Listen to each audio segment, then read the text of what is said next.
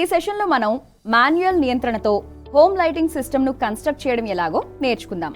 ఈ సెషన్ అయ్యేసరికి మీరు సోలార్ హోమ్ లైటింగ్ సిస్టమ్ అంటే ఏమిటో, దాని ఆపరేటింగ్ ప్రిన్సిపల్ ఏమిటో అర్థం చేసుకోగలుగుతారు.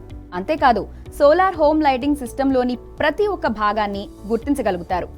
రూఫ్ టాప్ పై సోలార్ ప్యానెల్ను అమర్చేటప్పుడు పరిగణించవలసిన ముఖ్య అంశాలను జాబితా చేయడం, సోలార్ హోమ్ లైటింగ్ సిస్టమ్ను ఎలా ప్రాపర్గా మెయింటైన్ చేయాలో, ఇంకా ఇంటి రూఫ్ టాప్ పై సోలార్ ప్యానెల్ను అమర్చడంలో స్టెప్లను తెలుసుకుంటారు. సోలార్ హోమ్ లైటింగ్ సిస్టమ్ అనేది ఒక చిన్న సోలార్ సిస్టమ్. దీన్నే సోలార్ డీసీ హోమ్ లైటింగ్ లేదా సోలార్ డీసీ డే లైటింగ్ అని కూడా అంటారు. ఇది ఇళ్లకి అమర్చబడే ఒక ఆఫ్ గ్రిడ్ లైటింగ్ సిస్టమ్. ఈ సిస్టమ్స్ ని ఇళ్ళు, దేవాలయాలు లేదా ఫామ్ హౌస్లలో కూడా అమర్చవచ్చు. దీనికి ఏ విధమైన ట్రాన్స్మిషన్ లైన్ కానీ, రూట్ కేబుల్ సెటప్ లాంటివి కానీ అవసరం లేదు. దీనికి ప్రత్యేకమైన మేనేజ్మెంట్ లేదా కంట్రోల్ కూడా అవసరం లేదు. చిన్న సోలార్ హోమ్ లైటింగ్ సిస్టంలు సూర్యరశ్మిని శక్తికి మూలంగా ఉపయోగిస్తాయి. కాబట్టి ఎస్పీవీ మాడ్యూల్ని ఇన్స్టాల్ చేసే ప్రదేశంలో తప్పనిసరిగా చెట్లు, భవనాలు లేదా ఏదైనా నిర్మాణాల వల్ల ఏర్పడే నీడలు లేకుండా చూసుకోవాలి. సిస్టమ్ని బిగించే మౌంట్ని ఫిక్స్ చేయడానికి కూడా ఆ స్థలం అనుకూలంగా ఉండాలి. దానికి దగ్గరలోనే బ్యాటరీని ఛార్జ్ చేసుకునే సదుపాయం ఉండాలి.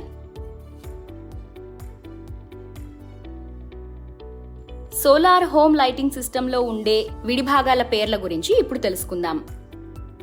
SPV module, charge controller, battery, control switch, manual లేదా automatic, direct current supply, DC cables, PVC conduit పైపులు, DC LED bulb, DC fan, FM radio, mount structure మరియు సాకెట్లు. వీటన్నింటినీ ఎలా వినియోగిస్తారో కూడా త్వరలోనే తెలుసుకుందాం. హోమ్ లైటింగ్ వంటి దేశీయ ఉత్పత్తుల కోసం డీసీ లోడ్ల కోసం ప్రత్యేకంగా డిజైన్ చేసిన సోలార్ ఫోటోవోల్టాయిక్ ఎస్పీవీ సిస్టంలు ఉపయోగిస్తారు. డీసీ స్థిరమైన పరిమాణం అంటే మాగ్నిట్యూడ్ లేదా వ్యాప్తి యాంప్లిట్యూడ్ ని కలిగి ఉంటుంది. ఇది సిస్టమ్ ని స్విచ్ ఆన్ చేసిన క్షణం నుండి స్విచ్ ఆఫ్ చేసే వరకు ఒకే రకంగా ఉంటుంది. వోల్టేజ్ సోర్స్ యొక్క ధ్రువణత అంటే పొలారిటీ కూడా స్థిరంగా ఉంటుంది. ఈ సిస్టంలో ఉపయోగించే డీసీ కేబుల్స్ లేదా సోలార్ వైర్లు రాగి లేదా అల్యూమినియంతో తయారు చేయబడతాయి. ఈ వైర్లు నమ్మకమైన కనెక్టివిటీని అందించడమే కాక సోలార్ ప్యానెల్ నుండి అవి ఉత్పత్తి చేసిన విద్యుత్తును ఇంటికి ట్రాన్స్ఫర్ చేస్తాయి. 4 మిల్లీమీటర్ల డీసీ కేబుల్ లోపల ఉన్న ప్రతి వైర్ ఒక కండక్టర్గా పనిచేస్తుంది. ప్రతి ఒక్క కేబుల్లోనూ అటువంటి కండక్టర్లు ఉంటాయి.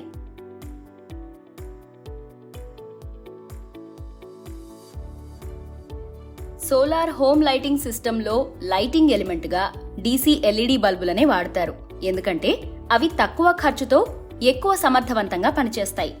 ఈ బల్బులు 3 వాట్లు, 5 వాట్లు, 7 వాట్లు మరియు 9 వాట్ల వంటి వివిధ వాటేజీ రేటింగులతో అందుబాటులో ఉన్నాయి. వినియోగదారులు వారి లైటింగ్ అవసరం ఇంకా సిస్టమ్ యొక్క వాటేజీ సామర్థ్యం ఆధారంగా బల్బుని ఎంచుకోవచ్చు. డీసీ ఫ్యాన్లు 2 రకాలు. టేబుల్ ఫ్యాన్లు సాధారణంగా 15 వాట్ల వాటేజీ రేటింగ్తో ఉంటాయి. సీలింగ్ ఫ్యాన్లైతే 25 వాట్ల నుండి 40 వాట్ల వాటేజీ రేటింగ్లతో ఉంటాయి.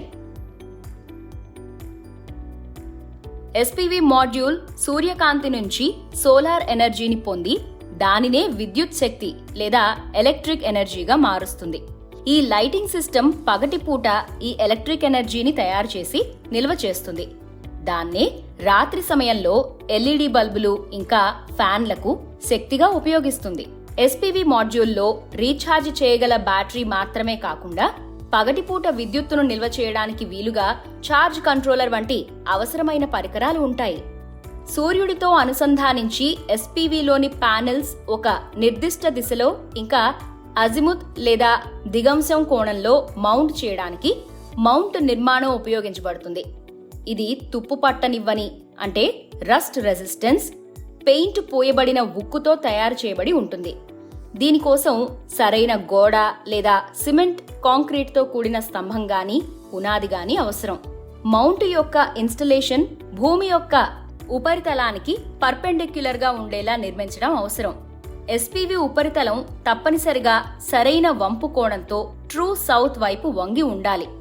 ఈ పరిస్థితులన్నీ సక్రమంగా అమరిన తర్వాతే మౌంట్ ని మేకులు, సిమెంట్ ఇంకా కాంక్రీట్ వగైరాలు వాడి ఫిక్స్ చేయవచ్చు. మనం ఇంటి పైకప్పులు లేదా పవర్ హోమ్లపై సోలార్ ప్యానెల్స్ ని అమర్చినప్పుడు పరిగణించవలసిన అంశాలు చాలా ఉంటాయి. ప్రతి ఒక్క సోలార్ ప్యానెల్ ఎంత శక్తిని ఉత్పత్తి చేయగలదు, ఎన్ని ప్యానెళ్లు కలిస్తే వాటిని ఏర్పరిచిన ఇంటి కప్పుపై మనకు అవసరమైన పరిమాణంలో ఎనర్జీని ఉత్పత్తి చేయగలవు అనేది చూడాలి. అంతేగాక ప్యానెల్స్ బాగా పనిచేయాలంటే అవి ఏ దిశను ఎదుర్కొనేలా ఏర్పరచాలి అనేది కూడా మనం పరిగణించాలి. ఎందుకంటే ఇంటి పైకప్పు పైన సోలార్ సిస్టమ్ యొక్క శక్తి ఉత్పాదన ప్రధానంగా ప్యానెల్స్ ఏ దిశ వైపు చూస్తున్నాయి అనే దాని మీద కూడా ఆధారపడి ఉంటుంది. సాధారణంగా దీనిపై ఇచ్చే సలహా ఏమిటంటే దక్షిణ అర్ధగోళం అంటే సదరన్ హెమిస్ఫియర్ లో సోలార్ ప్యానెల్స్ ను ఉత్తరం వైపు, అలాగే ఉత్తర అర్ధగోళం అంటే నార్దర్న్ హెమిస్ఫియర్ లో సోలార్ ప్యానెల్స్ ను దక్షిణం వైపు ఉంచాలని. శక్తి ఉత్పాదన చాలా ఎక్కువగా ఉండాలంటే మనం సూర్యకాంతిని నేరుగా అతి ఎక్కువ సమయం వరకు సోలార్ ప్యానెల్స్ పై పడేలా చూడడం తప్పనిసరి. ఉత్తరార్ధగోళం నార్దర్న్ హెమిస్ఫియర్ లో ఉన్న గృహాల కోసం ప్యానెళ్లు ట్రూ సౌత్ వైపు ఉండాలి. దక్షిణార్ధగోళం సదర్న్ హెమిస్ఫియర్ లో గృహాల కోసం సోలార్ ప్యానెల్స్ ట్రూ నార్త్ వైపు ఉండాలి. దక్షిణం వైపు అమర్చే ప్యానెల్స్ 30 నుండి 40 డిగ్రీల కోణంలో వంచి అమర్చాలి. అయితే ఈ కోణం ఎల్లప్పుడూ ఒకేలా ఉండదు. ఇది గృహాల అక్షాంశానికి అనుగుణంగా మారుతూ ఉంటుంది.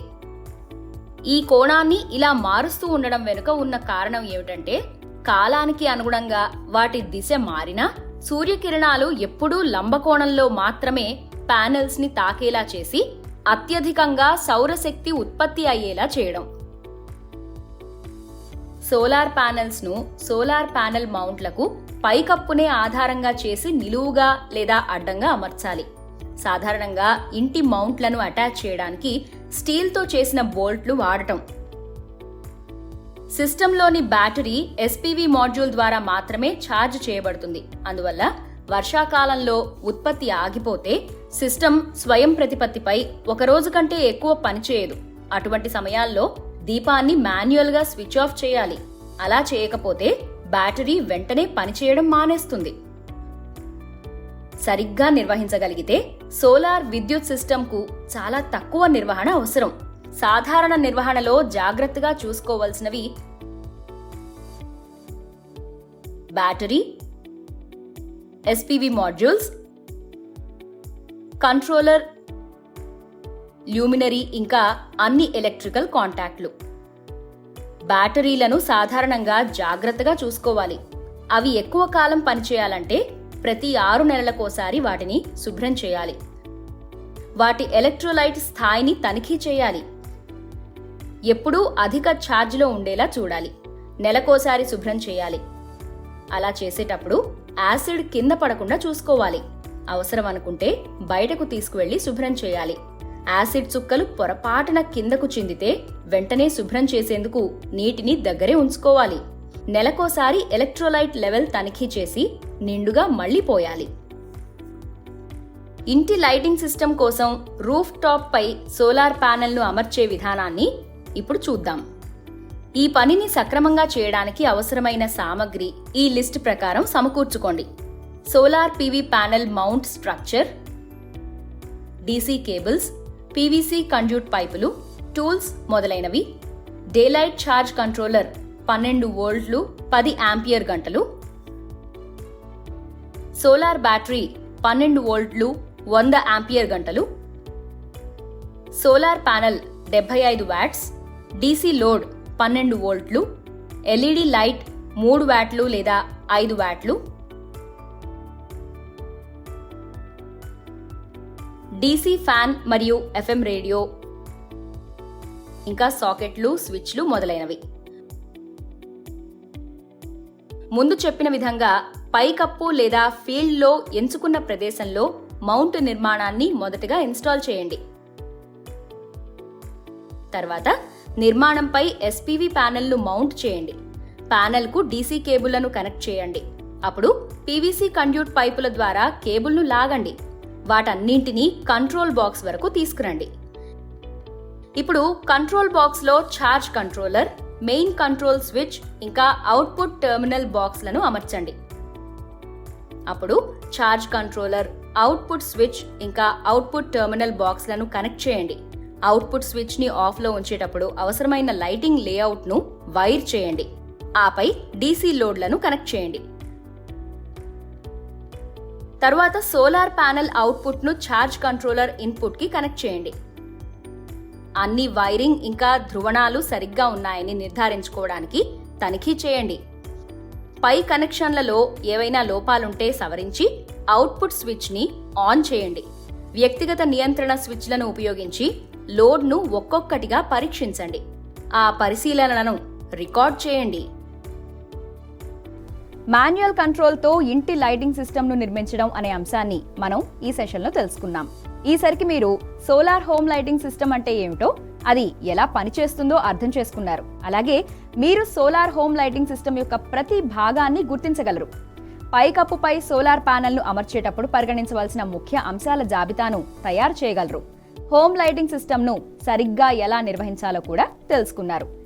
ఇంటి పైకప్పుపై సోలార్ ప్యానెల్ను అమర్చడానికి అవసరమయ్యే క్రమంలో అన్ని దశలను కూడా తెలుసుకున్నారు.